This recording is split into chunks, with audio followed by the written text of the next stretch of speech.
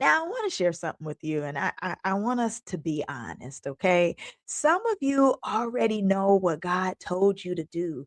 You've prayed about it, you've thought about it, you've even talked yourself in and out of it a few times, right? But the real issue isn't clarity, it's courage. We know obedience sounds real good, right? Up until it requires a step that feels uncomfortable, uncertain, or even a little scary. And that moment right there, that hesitation there, that internal should I or shouldn't I? That's what we're talking about tonight. That is what we're going to be talking about tonight. Because sometimes the breakthrough you're praying for is on the other side of the step that you keep on avoiding. Ooh, that good. Find me somebody else when I can't be me. Find me somebody else when I can't be me. You're already taken, 'cause I'm in the making. 'Cause I'ma be me, I'ma be me, I'ma be me. Yes, sir. Yes, sir. I'm so good at being good. There it is.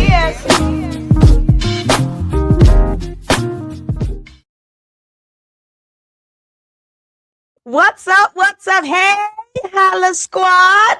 Welcome to the Hear My Heart show where real life meets real faith and we heal out loud. This is the space where we don't just talk about change, we step into it. And if you're a part of the Holla Squad, drop a holla in the comment section. If you are new, I want to say welcome home. You are heard, you are healed, and you are here on purpose.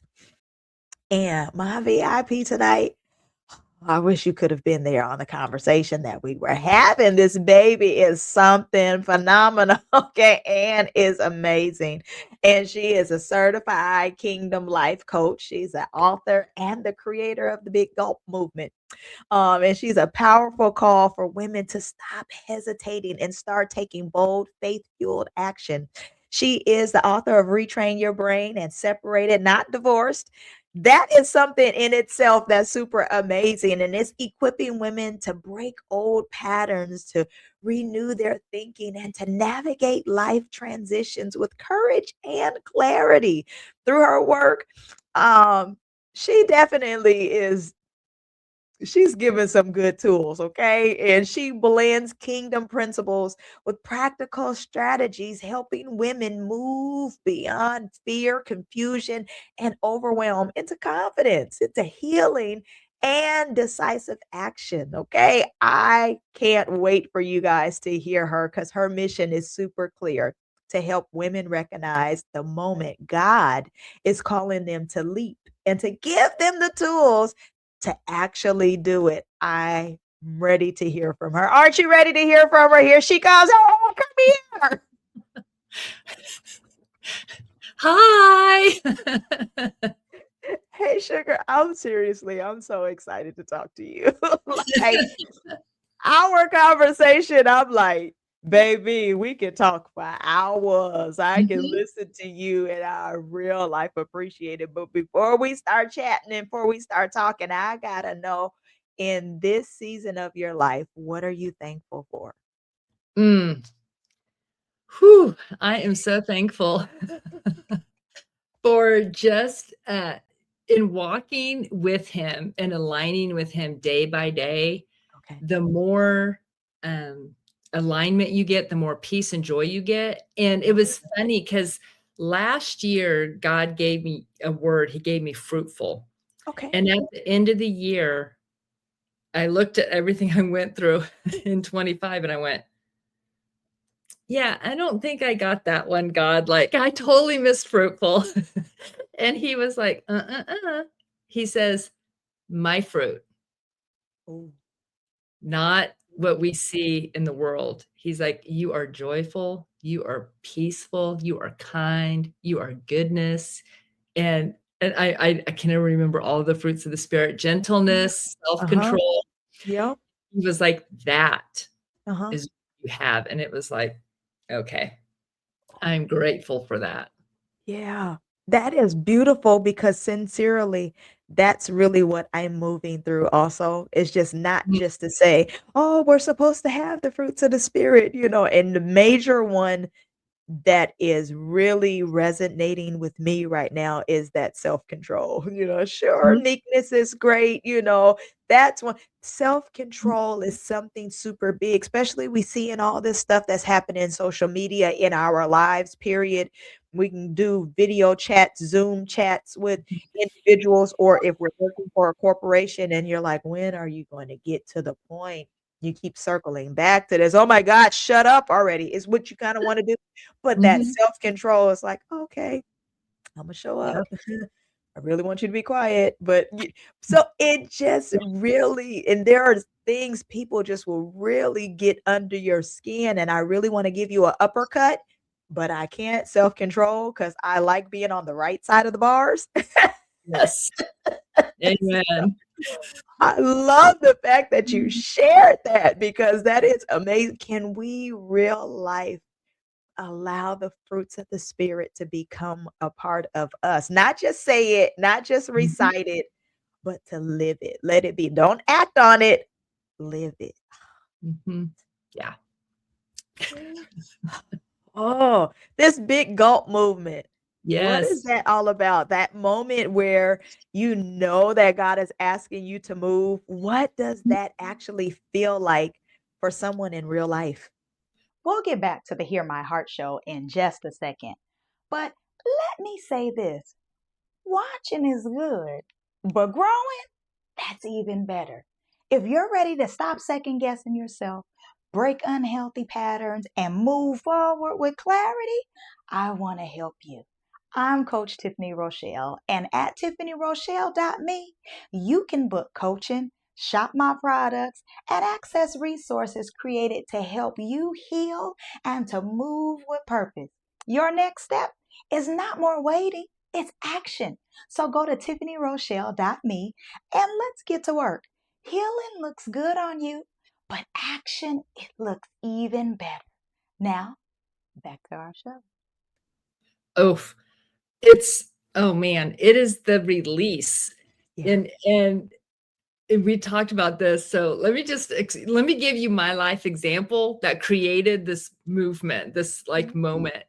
And, my husband had unexpectedly moved out in August of 22, and so we were trying to navigate what separation looks like. And we things were not going well because it's new, right? Yeah. And it came to a moment Mhm. where I had finally started to express more of my emotion in a good way. Okay.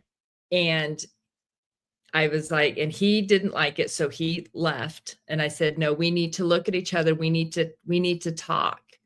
And so I went to 7-Eleven. So it's kind of like that big gulp because 7-Eleven is a gulp. Aha. So it has a double meaning. Uh-huh. Oh, I love that. Yes. I absolutely love that. I love wordplay. Yeah. Girlfriend. Yeah.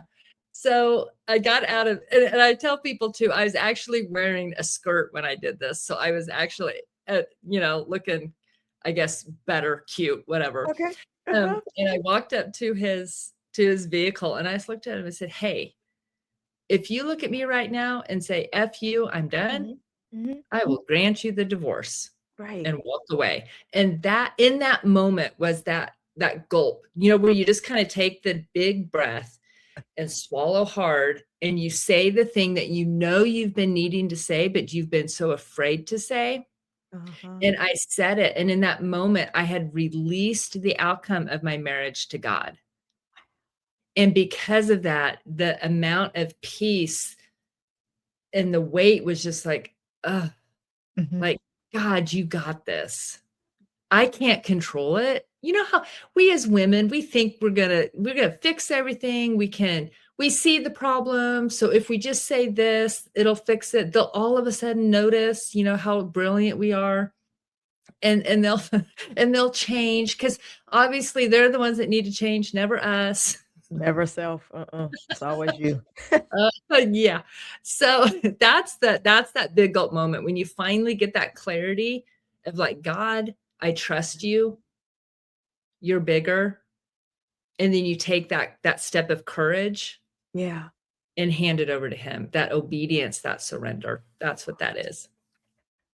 Oh, that big gulp. Now I'm going to find me a t-shirt. I want a 7-Eleven big gulp t-shirt. I love t-shirts. Just so, and I almost have the theory. I'm sarcastic. Yes. And so, like, for me, I kind of have this thing. If it's on a t-shirt, it must be true. Oh, So, but would you, yes. for that big gulp, Mhm. maybe you need to do that. You need to have that big gulp. Let me swallow. Let's have this conversation. Let's breathe. Let's have this conversation. So for me, like, you just made the big gulp live for real for me. So I want a t-shirt. Yeah. Well, and the other thing is it wasn't out of emotion.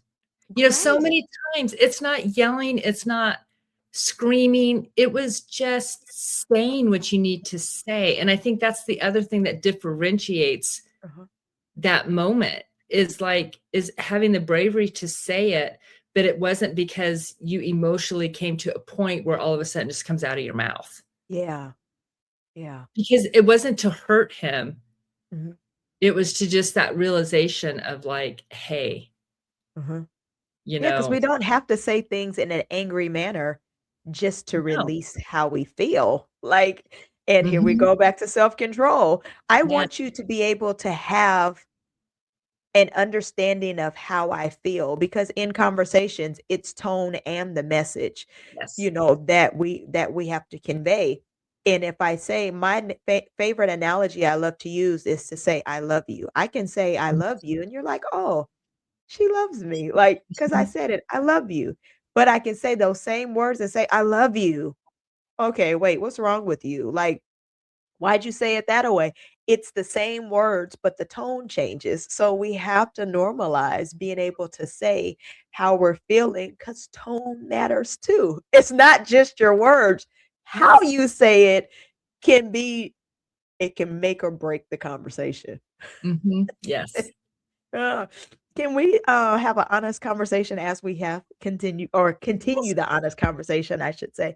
Sometimes we're not confused, we're just kind of scared about things. Mhm. Why do you think so many people delay obedience even when they know what God is asking them or telling them to do?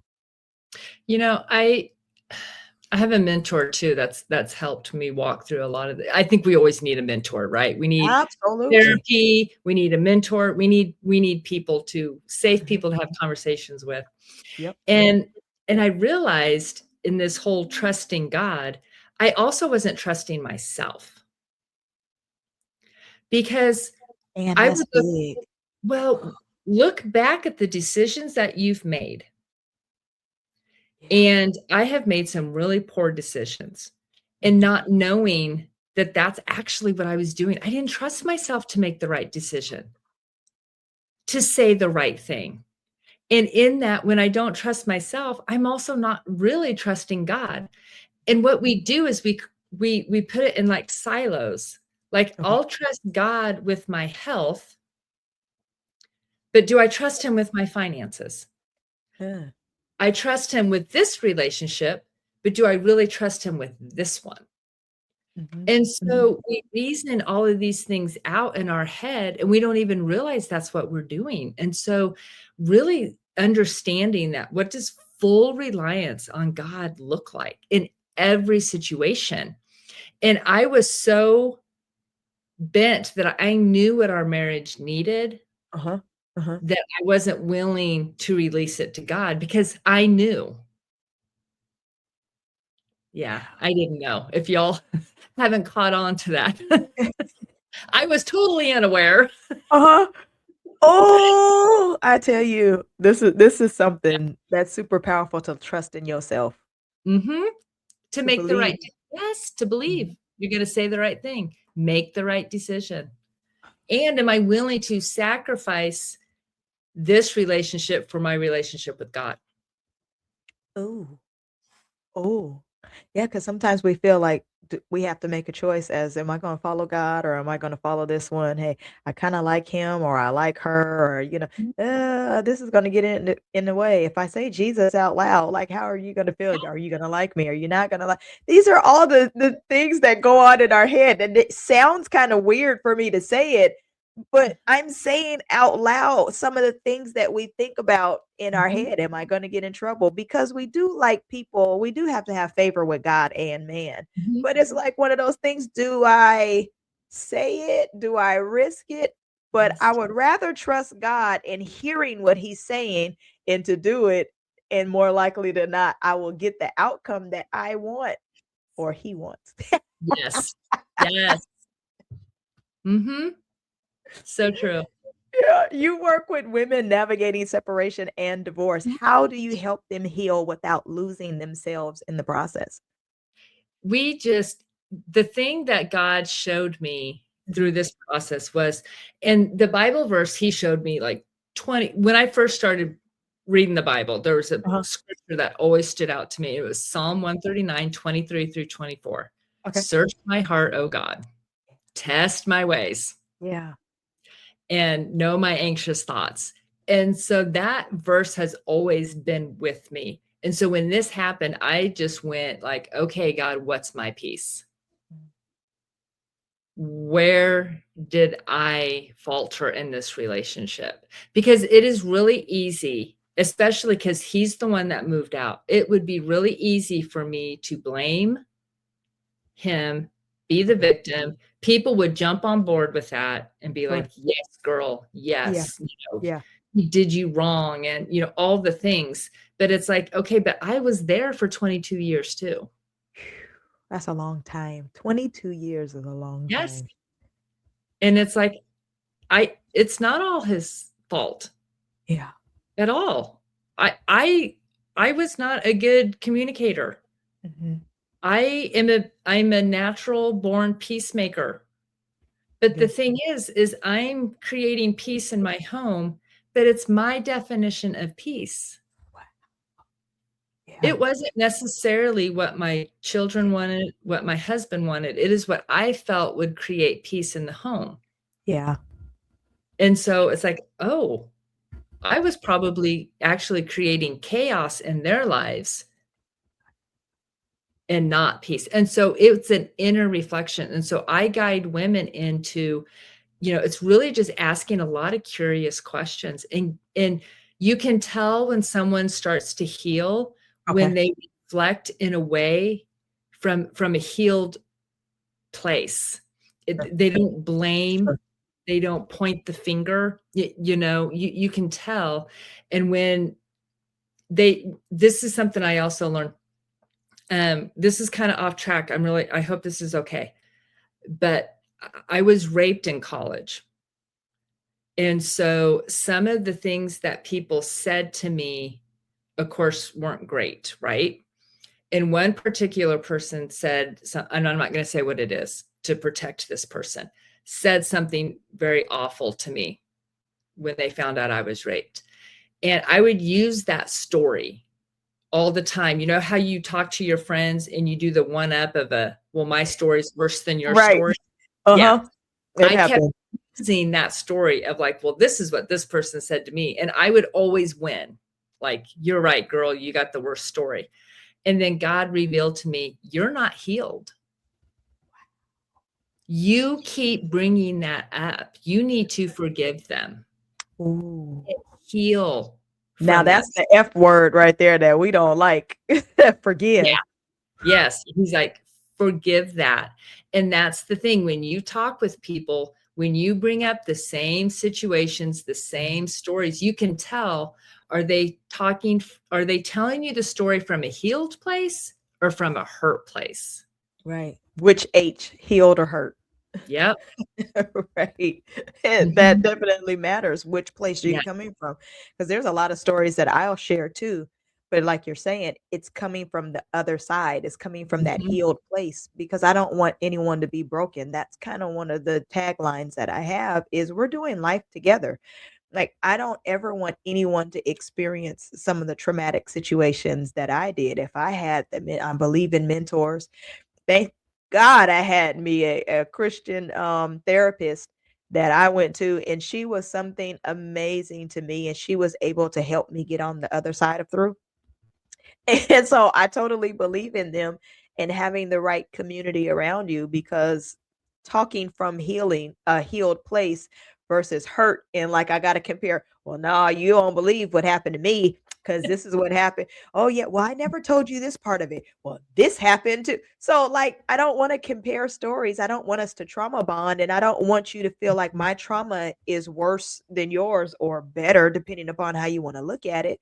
But let's heal. Like, seriously, don't stay in that broken place. Don't Mhm, stay in that stagnated place and where you're feeling like that's where you're going to get attention from.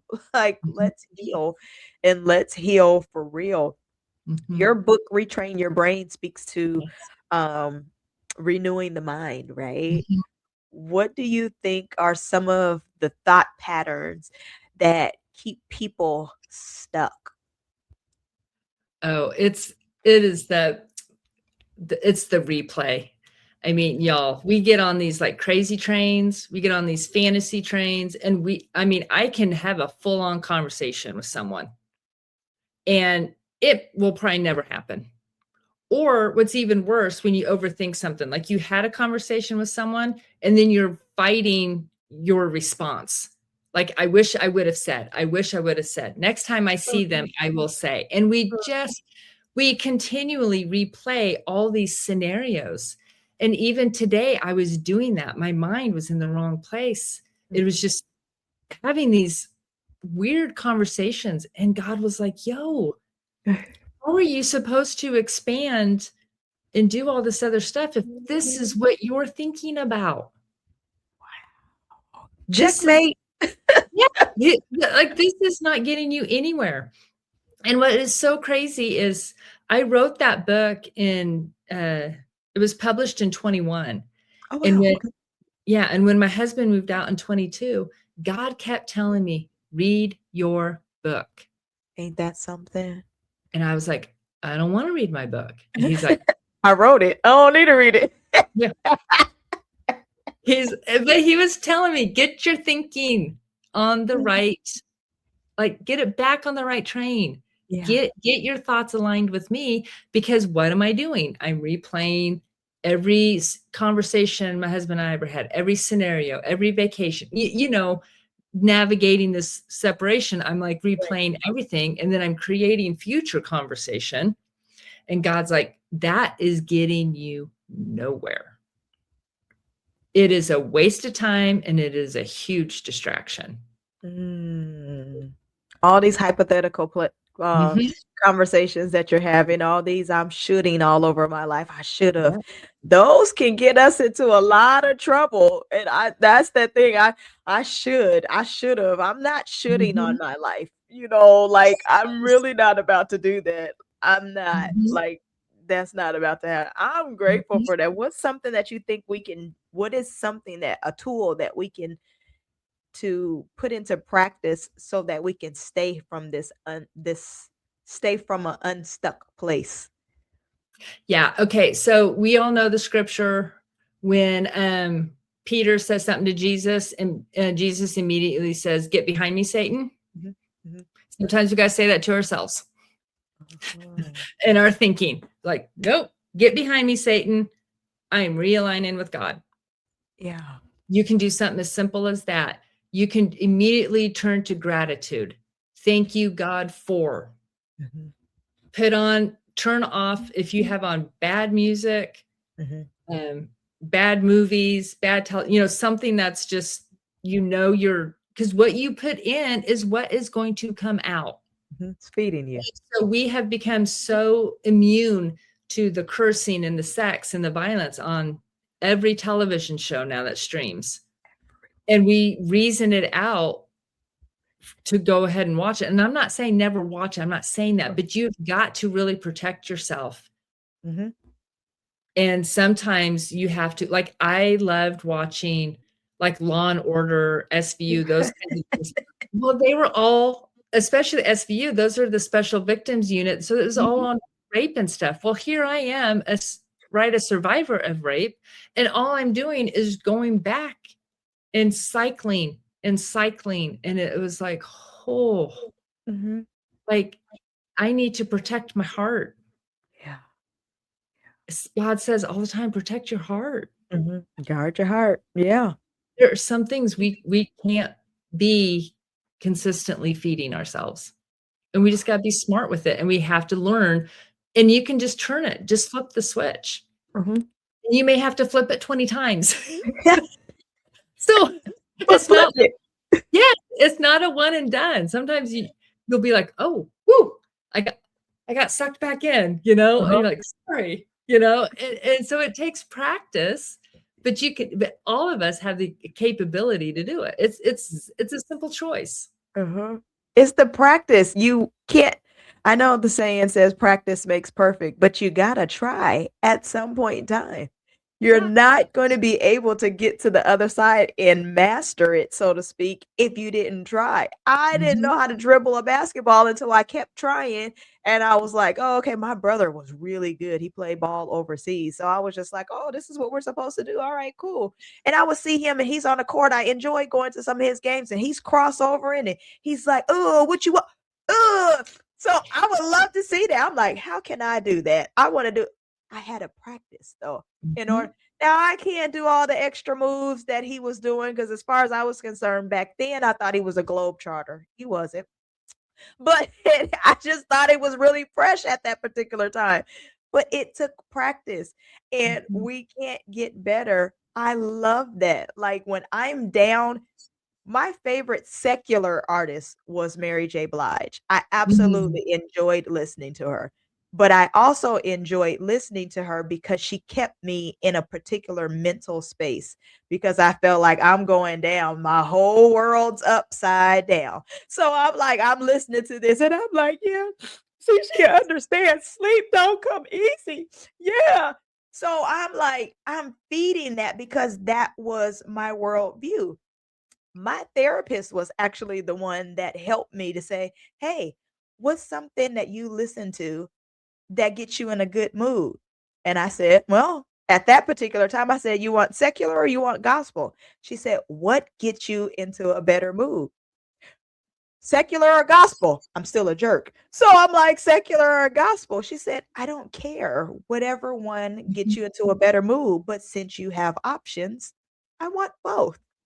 Oh, okay. So I gave her both of my favorite songs. At that particular time, it was R. Kelly's Happy People because it's like a dance song. Yeah.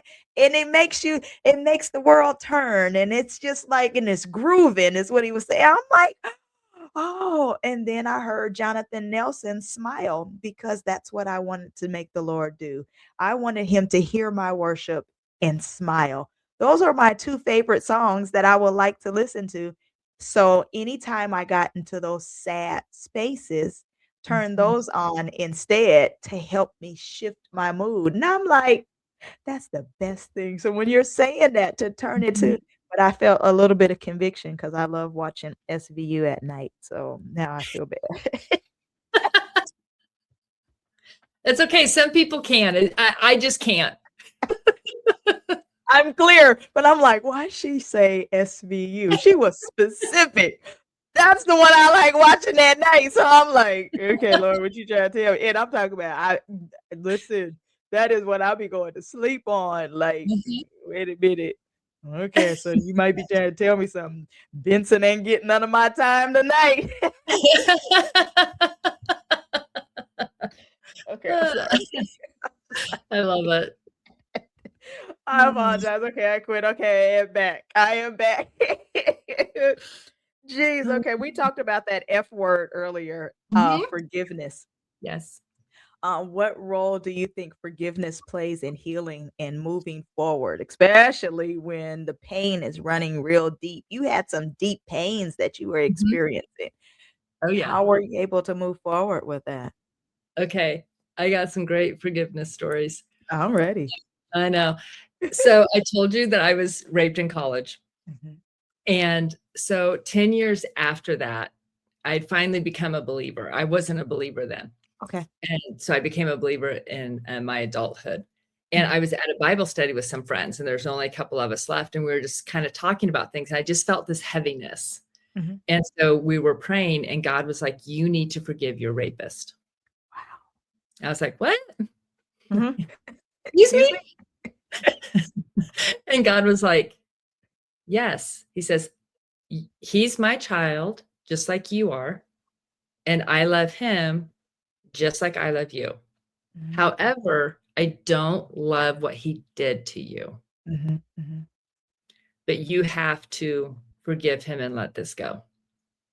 And so I walked that piece of forgiveness. And then it took probably another 5 years or so for me to then forgive myself. And I think that is a piece that so many of us forget, is the forgiveness of self. Because again, I had to look within and forgive, like, some of the actions I did after. Mhm. I didn't make the best choices. Now, was there a good reason why? Well, yeah. Mhm. But I still have to take ownership because they're still my actions.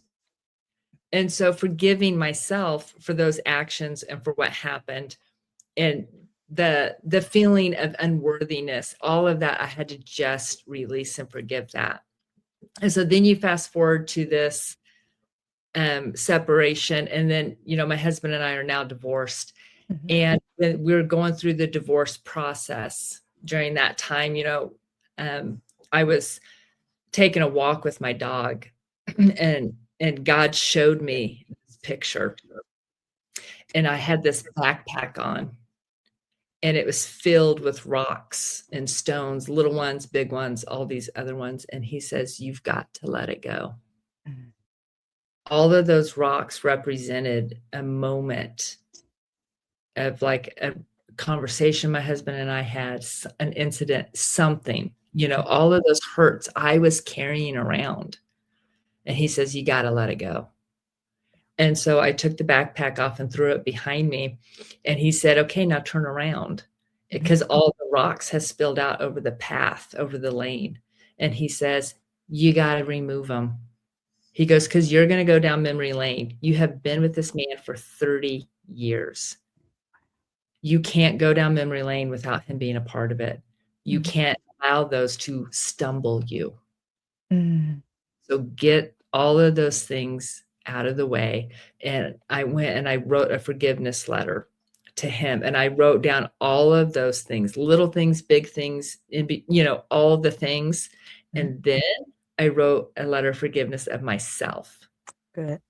The things I believed, all the stuff. And then I took both of those letters, tore them up, and I burned them. Mhm. Just sat outside and did a little burn party Uh-huh. of, like, okay, this is forgiveness. It's that release, because we carry around enough. The world throws enough at us. Yeah. We don't need to be carrying all this other junk. Yeah. And for what? It just makes you tired, Mhm. because you're just lugging it around. And then it doesn't open your heart up for new opportunities and relationship. And you're not, your heart becomes hard. It Mhm. has those calluses. And it's like, no, we need it to be soft and moldable, so that way God can continue to mold us into what he needs us to be. Mhm. Yeah. Taking out that heart of stone and putting in a heart of flesh. That's Like, it. totally matters. Well, I'm nosy though, because you guys are officially divorced now, Yes. right? But during our conversation, I hear you say "my husband." Do you ever think you're gonna let that title go? Yes. Uh-huh. Yes. And it's funny because you'll catch me saying my husband during the time, because I'm talking in past tense. So at the time he was my husband. Uh-huh. Yeah. So that's funny, because it's only been since October. Got it. Mhm. Still fresh. It is still fresh. And Still so I fresh. love that you said that. Yes. Uh-huh. There are times when, yeah, it's weird, because we Uh-huh. were technically married 25 years. That is a long time to be with one wee wee. I'm sorry. I'm sorry. Yeah. That was a It jerk moment. I'm sorry. okay. I Yeah. love it though. I Well, kind of I listened to you because as I was listening, and I understand because we're talking in context. yes. So like I Yeah. grasp that concept. And I'm Mhm. divorced too. Well, I'm married now, but I've been previously divorced. Mhm. And so for me, I now will refer to as like as my kid's father, Yes. or Mhm. my kid's father, because I won't call him I don't say his name unless I'm talking privately. I So, know. I just like, "No, yeah, we're good." if I talk privately, I'll say his name, but Uh, other than that, when I'm talking publicly or something like that, my kid's father is what mhm. I'll name him, but I was curious. I always Yeah. have questions. That's one of my tag things is, No. "I got questions," and that's what I wanted to No, know. I am so, like, relieved, but it did take me a while to admit that I was a divorced person. Yeah. That was a hard thing for me to say. Uh-huh. Like Yeah. like like, I'm divorced. Like, I don't have a problem saying I'm single, Uh-huh. But the but divorce. the divorce was one that was like, "Whew." But Mhm. now when people ask, I'm like, "Oh, yeah, I'm recently divorced." Yeah. So it's mean like way easier, but it is it's like it was like a shock to the system. Yeah. Uh-huh. Uh, Definitely. Did you ever feel like failure? Is that you think why oh, it struggled with the oh. word divorce? Okay. So the first and when he left, Uh-huh. I mean, I told the people, my bosses, that he left, but I didn't Mhm. tell anyone. I didn't tell my family. Okay. I told nobody for like 6 months. And I worked for a church at the time, and in January, we do this week of prayer and Okay. fasting. Okay. And during that time, God says to me very clearly, He says, "You are dearly loved. Stop hiding, and you're gonna be all right." And that's when I started to write that second book, Separated, Not Divorced, because I was hiding. I was hiding in shame. I was so afraid people would judge me. I failed at Mm. my marriage. What a horrible woman. I got no business, talking to people. I was the leader of a women's Bible study. And so I immediately thought I was disqualified. All the inner negativity just came flooding. And so absolutely, I felt shame and guilt for months. And then God was like, you got to stop. Like, Uh-huh. and I told people, Uh-huh. nobody even, and if they did, I didn't know it. Right. They ain't say it to your face. Say it to my face. Okay, I quit.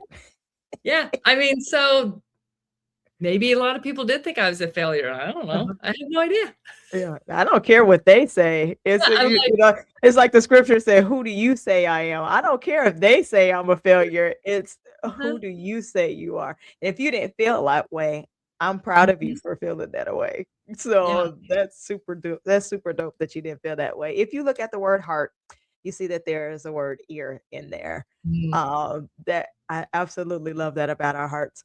But I'm going to tell you that you have our ear. Let's hear your heart. What is the final word that you would like to leave with the Holla Squad?